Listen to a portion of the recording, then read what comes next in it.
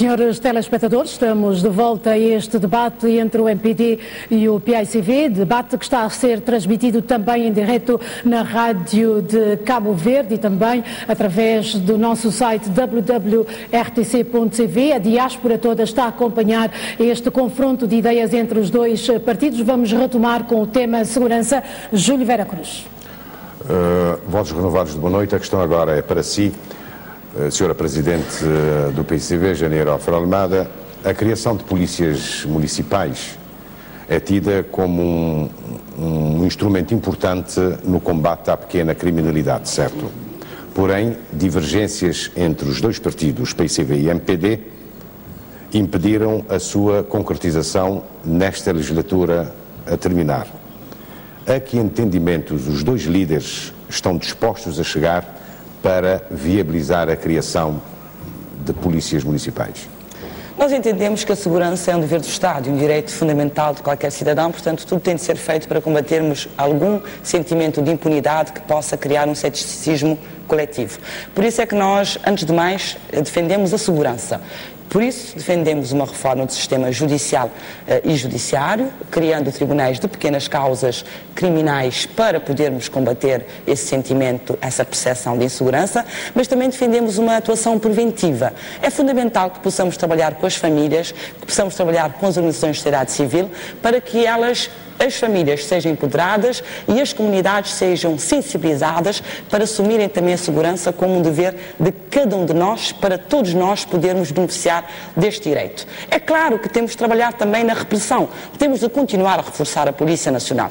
E nós aqui temos ganhos claros. Nós passamos de termos uma situação de não termos um sistema, porque na governação do MPD tínhamos um sistema sem polícias, sem fardamento, sem planeamento, sem orçamento, para uma situação em que passamos de 500 mil contos de orçamento para 2 milhões de contos de orçamento, uma polícia com planeamento, uma polícia com viaturas, com esquadras policiais, com mais homens, passamos a 1.700 homens, para podermos melhorar o combate à insegurança. E aqui temos de realçar o grande combate que temos dado a nível da macrosegurança, nomeadamente combatendo o tráfico internacional de drogas, que também é responsável pela pequena criminalidade. Nós vamos continuar esse combate, nós vamos reforçar o policiamento de proximidade, vamos atuar fortemente na violência baseada no género, pois uma em cada 4 ocorrências tem a ver com violência baseada no género, mas também apostaremos na urbanização e no ordenamento do território.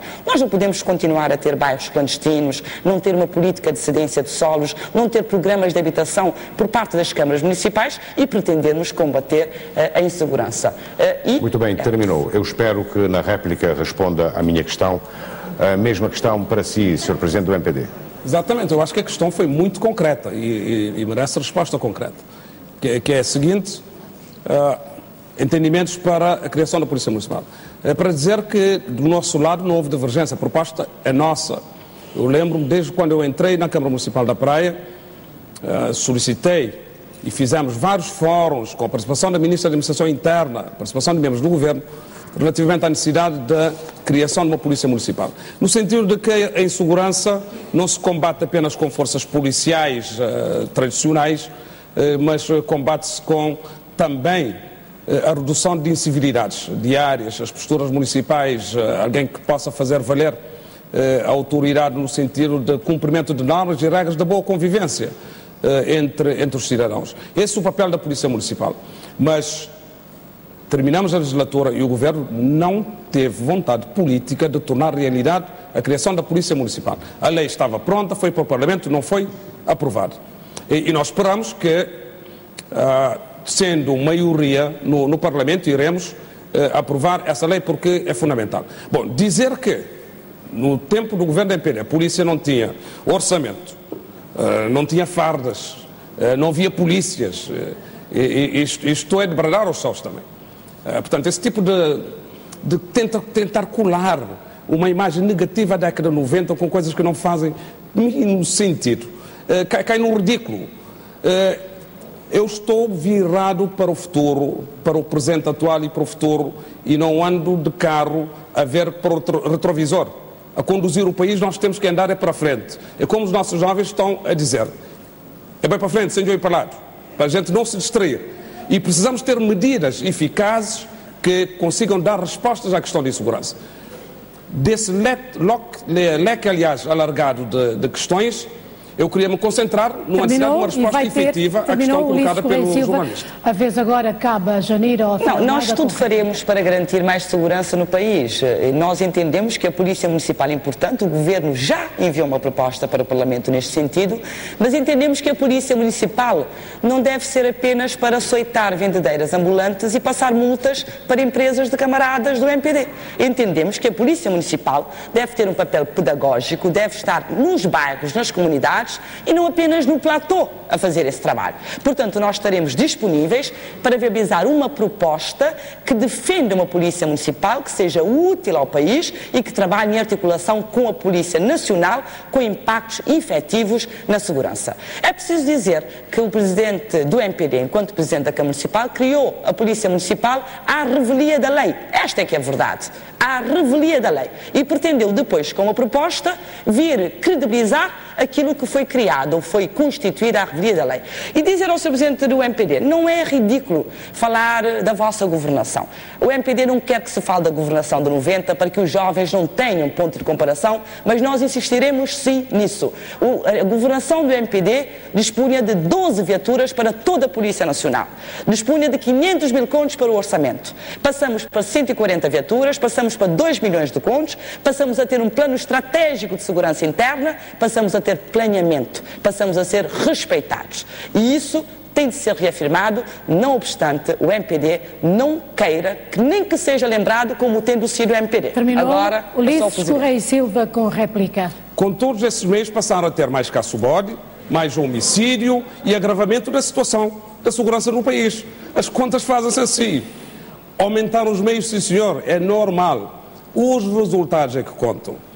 A intranquilidade, a insegurança hoje não se compara com aquilo que existia 15 anos atrás. Estas é que são as contas que devem ser ditas e submetidas à consideração dos cidadãos. Vir dizer que a Polícia Municipal foi criada à revelia da lei. Primeiro, nós não criamos Polícia Municipal, criamos a Guarda Municipal e está enquadrada dentro dos termos das competências dos municípios. Segundo lugar, a Polícia Municipal, a Guarda Municipal não foi criada para açoitar vendedeiros. Há um preconceito, há um estigma que foi criado, há de início, pelo Governo e pelo PCV, para poder criar dificuldades ao exercício da autoridade municipal. Não tem absolutamente nada com isso. Não foi uma Polícia Municipal criada para vigiar o platô. Estão em todos os bairros. Portanto, enquanto tiverem essa reserva mental, não estarão nunca em condições de criar as condições, passa a redundância, para a criação da Polícia Municipal. Os senhores são contra. Terminou? Muito bem. Tem 1 minuto para tréplica. Não, o Sr. Presidente do MPD insiste nas afirmações de que nós somos contra. Nós somos contra um modelo que foi adotado pela Câmara Municipal da Praia de ter a Polícia Municipal apenas para punir, apenas para reprimir, apenas para perseguir, apenas para açoitar. Não é essa a função da Polícia Municipal. A Polícia Municipal deve ter um papel determinante na pedagogia, na formação para a cidadania, na atuação preventiva para gerar mais segurança. Essa é a nossa perspectiva. E o que de facto os cabo-verdianos sentem é que a Polícia Municipal, aqui na praia, tem a função de cobrar multas dos carros para arrecadar receitas para a empresa de camaradas do MPD e açoitar as vendedeiras ambulantes sem que lhes sejam criadas condições para viverem melhor. E a propósito, permitam-me dizer, Sr. Presidente do MPD, que é no mínimo também ridículo dizer que o cemitério desde 2011 está em construção hoje em 2016, não é? Portanto, ainda está em construção, vai continuar até quando? 2001. Terminou. Tem 1 minuto para... Não está em construção desde 2001, coisa nenhuma. Não, é dizer o seguinte. Primeiro, a Polícia Municipal não cobra multas dos carros. Está a falar de parquímetros, está a falar de empresas camaradas. A senhora há de explicar o que é isso de empresas camaradas. O modelo de Polícia Municipal para açoitar vendedeiras. Esta conversa de uma candidata a presidente, a primeiro-ministro de um país. Os senhores criaram essa ideia, assim como criaram uma investida negativa relativamente aos parquímetros, com muita demagogia, um populismo barato, pensando que colocavam as vendedeiras contra a Câmara Municipal. O efeito é totalmente contrário. Eu fui visitar o mercado provisório e as vendedeiras receberam-nos. Agora, uma cidade tem que ter ordem, uma cidade tem que ter posturas e alguém tem que zelar para elas. Casos que eventualmente tenham acontecido, um ou outro, leva-lhe a generalizar. Então eu diria que a Polícia Nacional é uma polícia que foi criada para açoitar pessoas, porque de vez em quando há problemas. Há até problemas de mortes. Entramos aqui no tópico Ulisses Correia e Silva, entramos aqui no tópico seguinte, e que tem a ver o tópico número 5, com a reforma do sistema político aqui em Cabo Verde. Há uma questão que tem a ver com o novo Estatuto dos Titulares de Cargos Políticos. Acabou engavetado na legislatura que está a terminar, tendo em conta a agitação social que provocou. Pergunto, estarão os dois partidos, o PAICV e o MPD, interessados em voltar a agendar esta questão? Olha, esta questão, para ser agendada e para ser discutida, tem que ser num âmbito de muita responsabilidade. quando se mete depois aproveitamento político, alguma demagogia pelo meio para tirar proveito político, não haverá condições de o tratar. Eu não estou a falar de estatuto remuneratório. Se os cabo-verdianos não quiserem e se a maioria do Parlamento não quiser e manter a remuneração que existe, que vem desde 1997 e vai se degradando a remuneração dos titulares de cargos políticos, as consequências existirão seguramente. Nós não iremos tomar nenhuma iniciativa relativamente à introdução de estatuto, revisão de estatuto de titulares de cargos políticos, dentro do contexto daquilo que se viveu ultimamente. Portanto, a minha posição é muito clara. Os cabo-verdianos têm que se posicionar sobre isso. Há outra parte do Parlamento, porque é preciso 2/3, tem que se posicionar sobre isso e veremos se haverá condições de se mexer no estatuto de titulares de cargos políticos.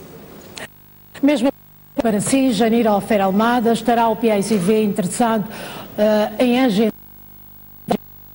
o tema?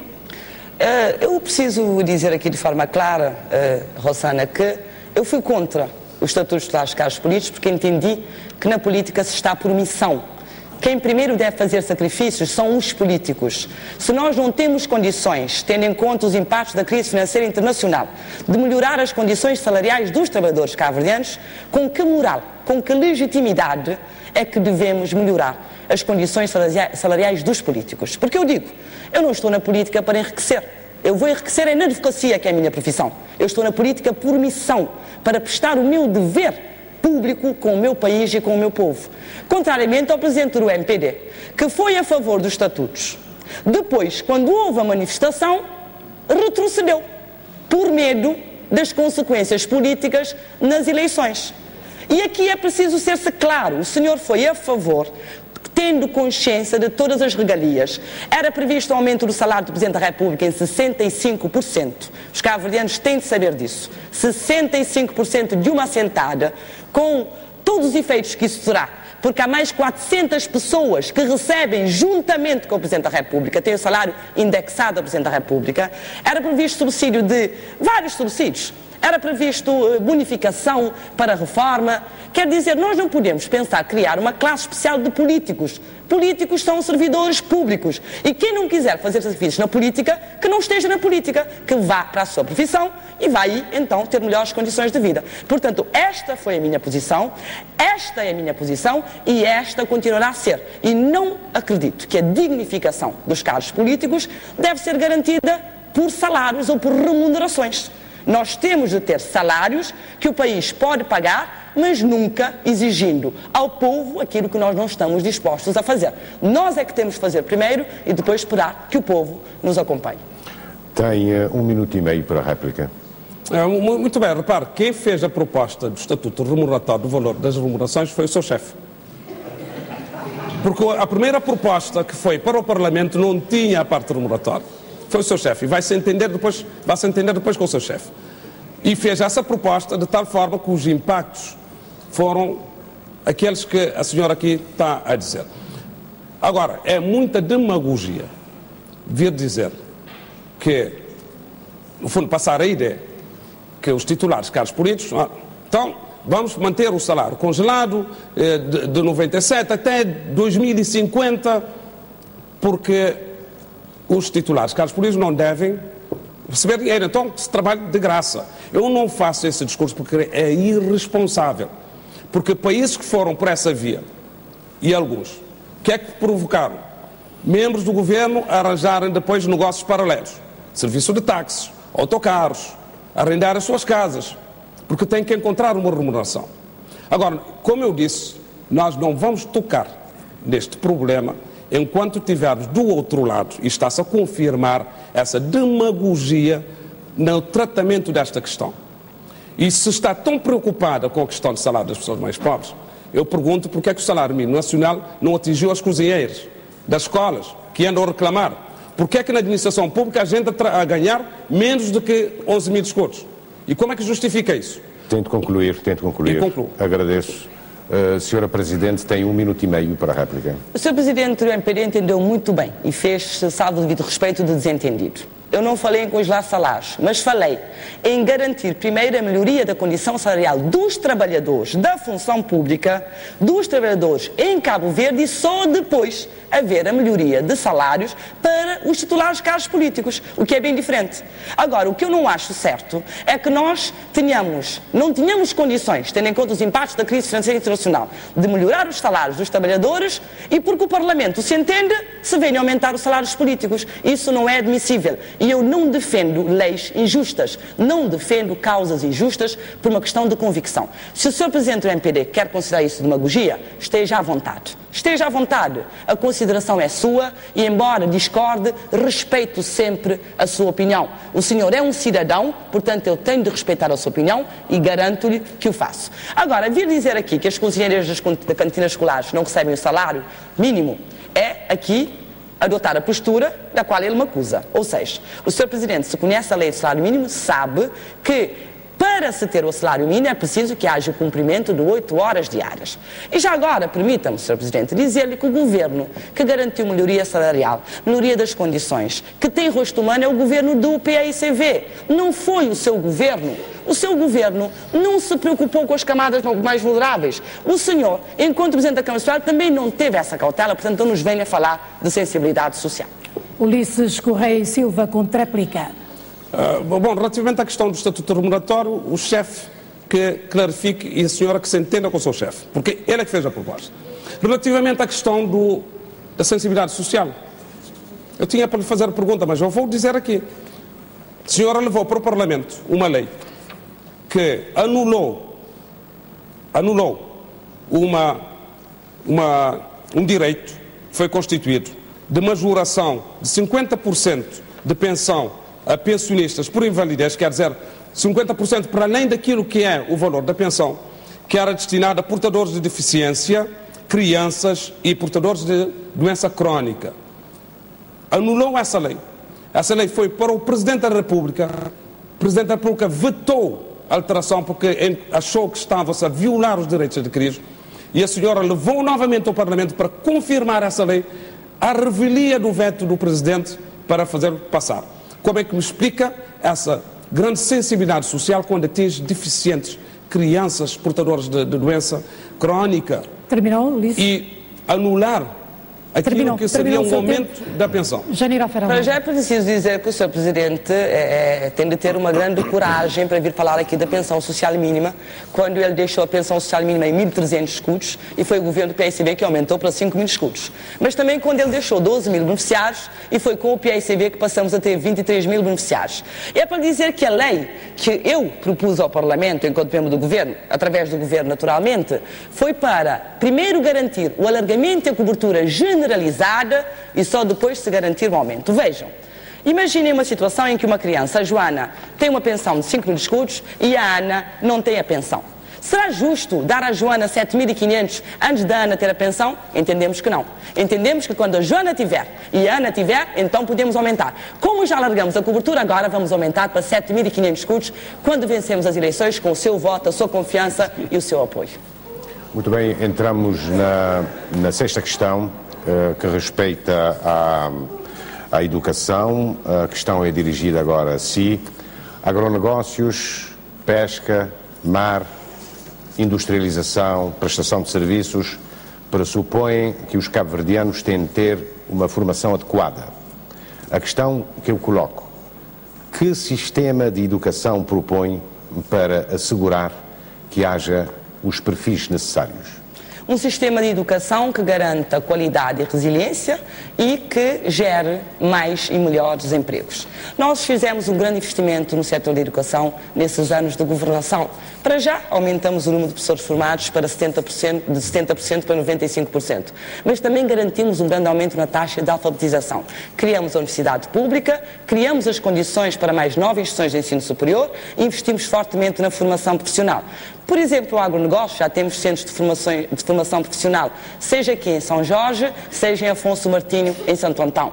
Para a questão do mar, já temos projetado a Escola do Mar em São Vicente, já com o financiamento garantido. Para o setor de energias renováveis, já temos o Centro de Energias Renováveis e Manutenção Industrial a funcionar aqui na praia. Para a hotelaria e turismo, já temos a Escola de Turismo de Cabo Verde em pleno funcionamento com sucesso. Nós vamos concentrar-nos, portanto, na criação ou na potenciação de habilidades que o país precisa para incrementar o seu processo de desenvolvimento. A nível da educação, do ensino geral técnico, nós estaremos a promover a escolaridade obrigatória de 12 anos, mas também investir fortemente em línguas estrangeiras. Para o ensino geral secundário, nós estaremos a garantir uma melhoria na qualidade do processo formativo, mas também competências transversais que têm a ver com a cidadania. A nível universitário, estaremos a garantir a Universidade Aberta de Cabo Verde para que todos os jovens que se queiram formar possam ter essa oportunidade, e depois da criação da Agência Reguladora do Ensino Superior, que o Governo do PSB já fez, estaremos a trabalhar para criar e gerir o sistema de acreditação e levar os nossos estándares para níveis similares aos dos nossos parceiros de desenvolvimento. Nós apostamos fortemente, por exemplo, na formação profissional, encontramos um sistema desmantelado, o Governo do MPD desmantelou São Jorginho, Variante, São Jorge, viemos criar novamente os centros de formação profissional, com grande sucesso, e vamos continuar. Muito bem. A mesma questão para si, Sr. Presidente do MPD, Ulisses Correia e Silva. Sim, a questão é muito concreta. Nós entendemos que o sistema educativo deve-se adaptar aos novos tempos, não só criando condições de acesso para que seja inclusivo. Estou a falar da necessidade de termos a garantia de que nenhuma criança, nenhum jovem fique fora do sistema de ensino por falta de condições de rendimento dos seus pais. E hoje temos 30% de adolescentes e de crianças fora do sistema de ensino por falta de condições dos seus pais. Vamos garantir isso. Segundo lugar, fazer com que o perfil do currículo educacional se adapte à necessidade da empregabilidade. Nós defendemos 40% do currículo, aliás, daquilo que se ensina no ensino secundário, seja de natureza técnico-profissional. Possibilidade de estágios em empresas, não estou a falar de estágios na função pública, estágios em empresas, para permitirmos com que os nossos jovens comecem a adaptar ao ambiente empresarial, ganharem a cultura empresarial, começarem a ter currículos que lhes permitam, quando forem a ter acesso a um concurso, terem algum período de experiência já acumulado. Nós queremos que o nosso sistema de educação seja de qualidade. 12 anos de escolaridade obrigatória, com qualidade, com padrões iguais àquilo que se pratica no melhor do mundo. Acesso a língua estrangeira, 8 anos de inglês, 8 anos de francês, 5 anos de uma língua alternativa, garantir um bom ensino do português, ciência e tecnologia, dar aos nossos jovens um instrumento para o mercado de trabalho, mas um instrumento também para a competitividade neste mundo global. Passemos então à réplica aqui consigo, Janir Almeida. Muito obrigada. Eu gostaria primeiro de dizer que quem democratizou o acesso à educação em Cabo Verde foi o governo do PICV. E aqui é preciso dizer claramente que o PICV tem alocado na governação cerca de 500 mil contos por ano para bolsas de estudo. Tem alocado cerca de 500 mil contos por ano, 563 mil contos, mais concretamente, para as refeições quentes na escola, para o programa de cantinas escolares, para que as crianças pobres possam ter melhores condições. Tem garantido o transporte escolar, tem garantido kits escolares, tem garantido apoio para as residências estudantis. Portanto, eu queria que o Sr. Presidente do MPD me dissesse quanto é que ele destinou às bolsas de estudo quando ele era Ministro das Finanças, quando pagava, porque muitas vezes não pagava as bolsas de estudo.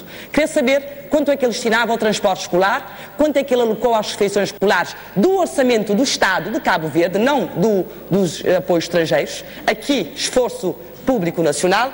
E queria saber também, a nível da formação profissional, o que é que ele garantiu e o que é que ele desmantelou. Eu digo-lhe, mas quero confirmação. Desmantelou São Jorge, desmantelou São Jorginho e desmantelou Variante, que nós tivemos que vir recuperar. Quero dizer também porque é que ele não criou universidades em Cabo Verde, se ele estava interessado em apoiar os jovens a se licenciarem. Não criou uma única universidade, não criou condições para a criação de uma única universidade. Eu quero dizer, se ele sabe que a taxa bruta de escolarização no ensino superior em Cabo Verde é a maior da nossa região. Eu quero dizer, se ele sabe, que a taxa de empregabilidade da formação profissional, o governo do PSB construiu 11 centros de formação profissional, a taxa é de 73%. Réplica consigo, Ulisses Correia e Silva. Mais uma vez é colocar a ênfase em instrumentos resultados. Fizeram toda esta ação da formação profissional e hoje temos milhares de jovens no desemprego. Formação para o desemprego. Formação desadequada às necessidades da empregabilidade. A Universidade de Cabo Verde, o seu processo começou na década de 90. Mas eu digo mais uma vez, é de olho para frente, sem olho para lado. Eu não estou aqui a fazer exercício de usar o retrovisor quando eu tenho que andar para frente. A senhora que tem que se justificar relativamente a estas matérias. Relativamente à Bolsa de Estudos, pagava-se. E hoje, o problema que nós temos nas Bolsas de Estudos é que há muitos jovens que estão nas universidades, não conseguem manter a frequência porque os pais lá em casa estão desempregados, estão sem rendimento e não há oportunidade dos jovens terem um emprego para sustentarem a sua formação. Têm dificuldades no acesso às universidades. Aqueles que estão lá têm sérias dificuldades em manterem-se no sistema. Portanto, não são contas da minha gestão. Ensino obrigatório. Bom, agora vem-me apresentar mais uma vez 12 anos. O PSV há pouco tempo, o seu governo, aprovou uma lei em que aumentou o ensino obrigatório, que devia ser gratuito por consequência, para 8 anos. Não cumpre esse requisito. Não cumpre. E hoje vem estender para 12 anos. Muito bem. Portanto, não há credibilidade neste tipo de debate. Tem que terminar. Tem 1 minuto para a tréplica. Obrigada. Sr. Presidente do MPD, eu vou-lhe recordar novamente a Lei do Orçamento de Estado e peço aos jovens cabo-verdianos que leiam o Boletim Oficial de 31 de dezembro de 1998. A taxa de desemprego que o senhor deixou é de 25,6%. A meta que o senhor estabeleceu no Boletim Oficial de 28 de dezembro de 99 é de 23%. O senhor tinha a ambição de chegar a uma taxa de desemprego de 23%, criando 17 mil empregos públicos. Faimo para os jovens. Por isso é que o senhor não criou universidades. O senhor não queria que os jovens pensassem, que os jovens evoluíssem, que os jovens participassem e decidissem. Mas eu vou lhe dizer mais. O senhor não quer que eu fale de 90, mas eu falo de 90 para saber porquê? Para lhe mostrar que o senhor não fez, para lhe mostrar que o senhor continua sem ser capaz de fazer. Porque a sua plataforma eleitoral é um copy-paste da nossa agenda de transformação e do segundo Fórum de Transformação. Eu posso até indicar nos próximos tempos que eu tenho as páginas, eu vou indicar as páginas, caros cabo-verdianos, estejam atentos. Já não tenho tempo. Tem 1 minuto para a tréplica. Não, Deus-me livre nós termos um copy-paste da vossa agenda de transformação que produziu desemprego, insegurança, pobreza, dificuldades nas ilhas, falta de perspectiva para os jovens, não tem absolutamente nada, vocês não transformaram nada. Fizeram infraestruturas, algumas boas, outras criticáveis. O resultado de qualquer bom governo deve ser aquilo que toca a vida das pessoas, aquilo que resolve o problema das pessoas, não no sentido de dar coisas, mas criar as condições para as pessoas terem emprego, rendimento e direito à felicidade. E aqui os senhores falharam redondamente e não me venha com a agenda de transformação porque não transformaram absolutamente nada neste país, aliás, pelo contrário, pioraram a situação de vida dos cabo-verdianos. Crescimento baixo, rendimento das famílias a baixar, a atualização salarial não se faz desde há 5 anos, nem de pensões, as pessoas estão a viver mal. E só a senhora é que não vê essa realidade e vem-me trazer agora essa cantilena da agenda de transformação. Isso é propaganda. Vamos agora à segunda ronda, onde os candidatos perguntam um ao outro. Desta vez cabe ao PAICV colocar a questão ao MPD. Janeiro Almeida, o tempo é seu. Muito obrigada. Bom, agora ouvimos o Presidente do MPD dizer que nós não transformamos nada. Eu quero lhe dizer então, se nós não fizemos estradas, não fizemos 3 aeroportos internacionais, não fizemos 7 barragens, não construímos 1050 km de estradas asfaltadas, não construímos 24 liceus, não construímos 11 centros de emprego e formação profissional, não garantimos uma taxa de cobertura de energia de quase 100%, não aumentamos a taxa de acesso à água a mais de 95%. Eu quero lhe perguntar ainda se nós não garantimos a redução da pobreza de 37% para 21%. Eu queria perguntar-lhe se nós não garantimos uma cobertura do INPS de 38%, quando a média africana é de 10%.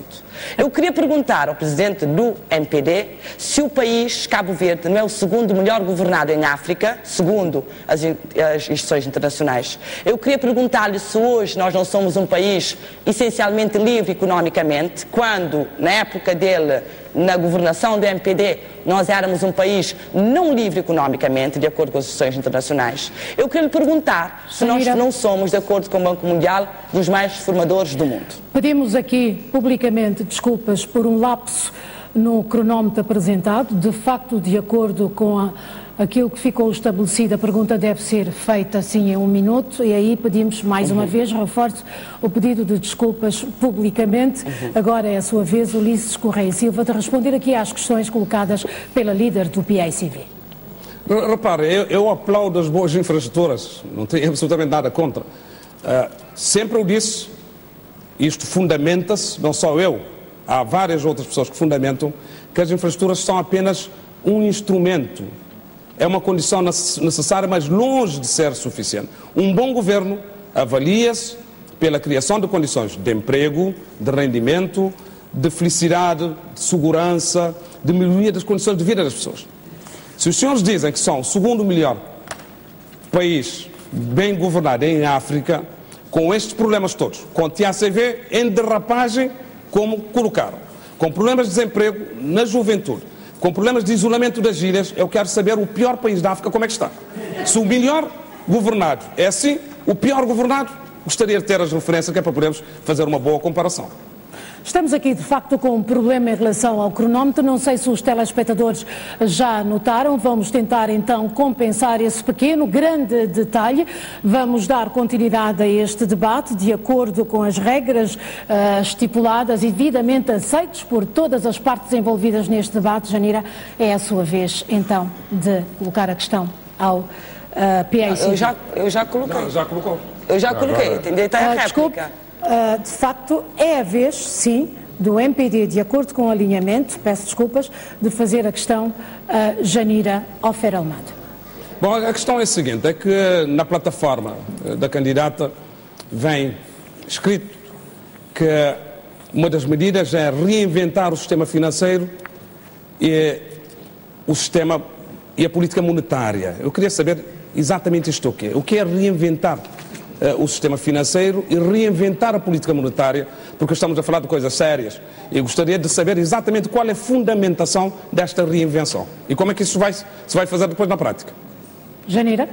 É para dizer ao Sr. Presidente do MPD que o senhor não leu a nossa plataforma. A plataforma do PAICV, que está publicada na internet e que está divulgada, não tem essa proposta e o senhor se leu bem e deve saber ler muito bem. Portanto, terá notado isso. Agora, permita-me dizer o seguinte, eu vou-lhe recordar aquilo que eu lhe disse. A sua plataforma é uma copy-paste da agenda de transformação e das conclusões do segundo fórum de transformação.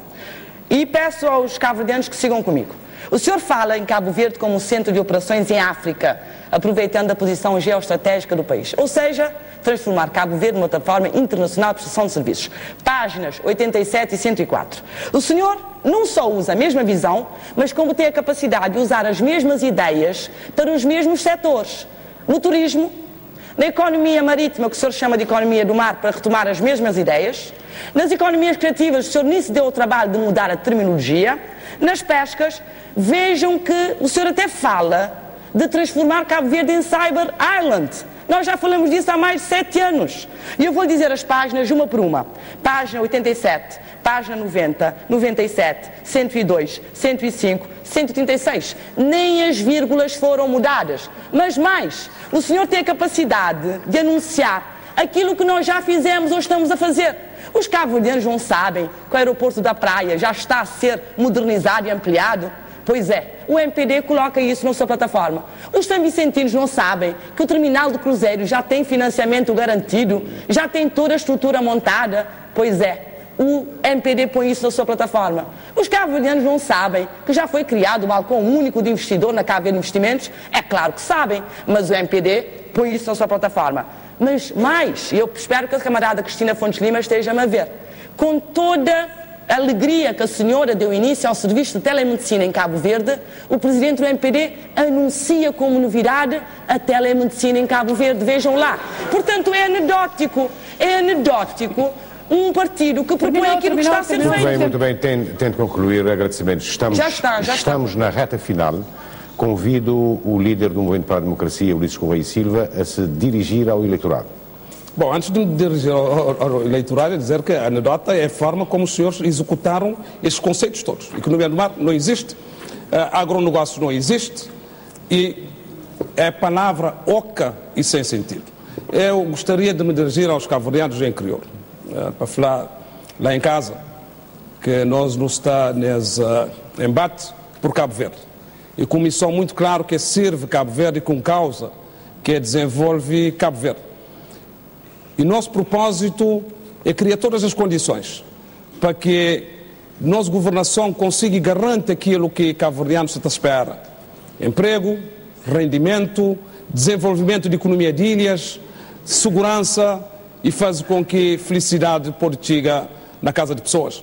Não no sentido de um político assistencialista, mas no sentido de aproveitar tudo aquilo que não tem de potencial na cada uma das ilhas. E o potencial maior que nós homens e mulheres, jovens criativos, jovens com talento, jovens que se espera de uma oportunidade. E não tem que garantir, não sabe garante um ambiente político, um ambiente institucional, um ambiente económico, um ambiente social favorável e um sistema educativo favorável que isso aconteça. O Sabá governa para tudo cabo-verdianos, independentemente de cor e simpatia partidária, sem discriminação nem de pessoas, sem discriminação de ilhas e sem discriminação de lugares. Minha propósito é o único cabo-verdianos à volta de uma grande vontade de fazer a nação ali avança mais. Menos propaganda, não desresponsabilização para resultados, mais engajamento.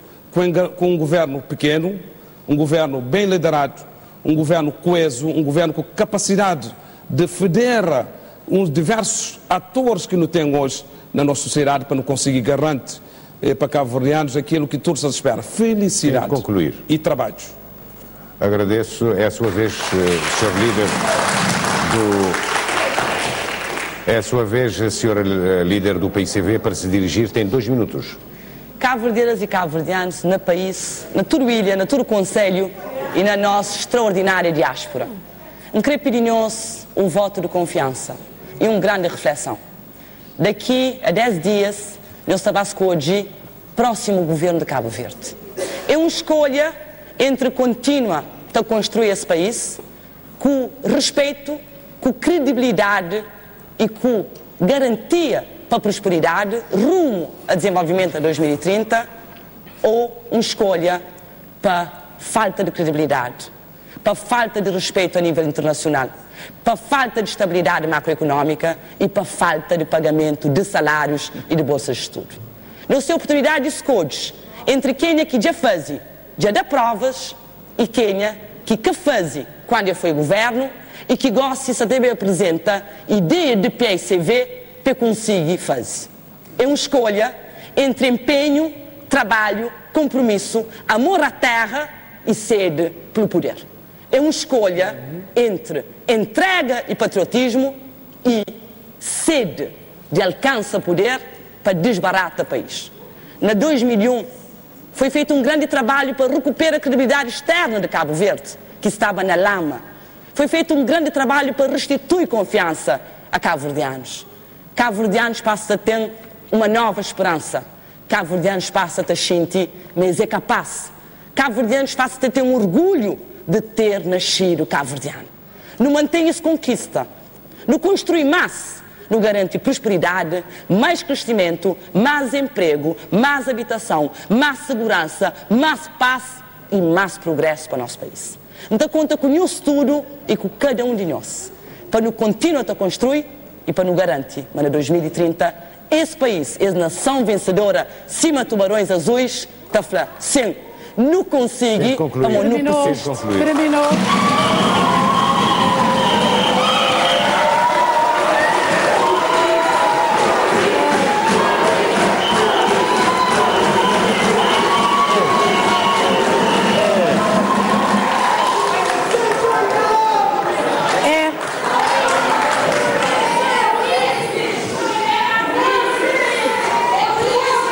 Este debate ainda não terminou.